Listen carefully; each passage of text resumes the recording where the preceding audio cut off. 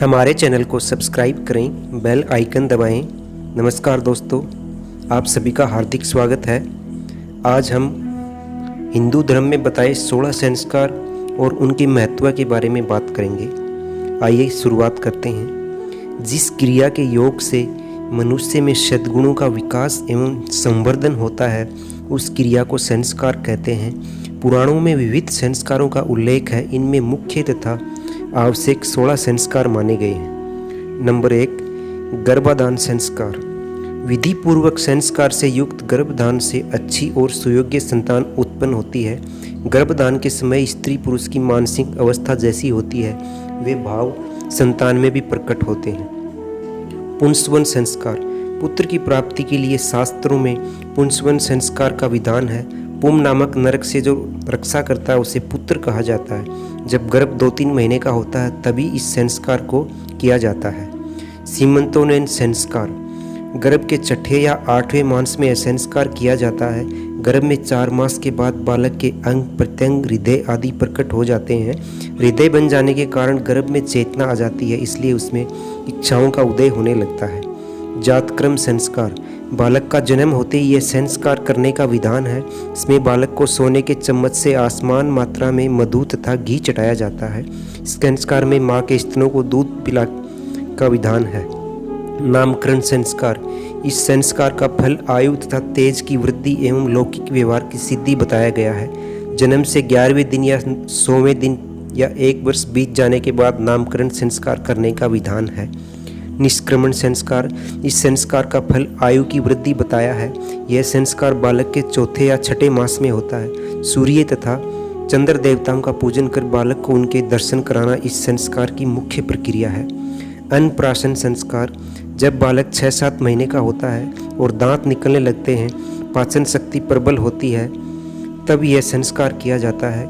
देवताओं का पूजन करने के बाद माता पिता सोने या चांदी के चम्मच से बालक को खीर तथा अन्न चटाते हैं। चूड़ाकरण संस्कार।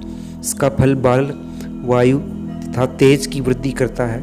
इसमें प्राय 3रे, 5वें, 7वें वर्ष में अथवा कुल परंपरा के अनुसार करने का विधान है। शुभ मुहूर्त में बालक का मुंडन कराना चाहिए। करणवेद संस्कार। पूर्ण पुरुषत्व एवं स्त्रीत्व की प्राप्ति के लिए यह संस्कार किया जाता है।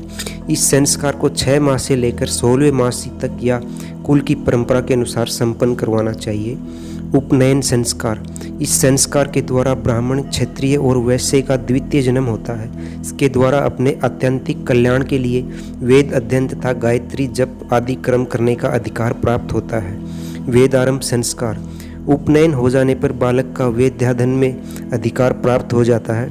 इस क्रिया से बालक की मेधा, प्रज्ञा, विद्या तथा श्रद्धा की अभिवृद्धि होती है और वेद अध्ययन आदि में अनुकूलता प्राप्त होती है। केशांत संस्कार। ये संस्कार में ब्रह्मचारी गुरुकुल में वेदों का अध्ययन करता है।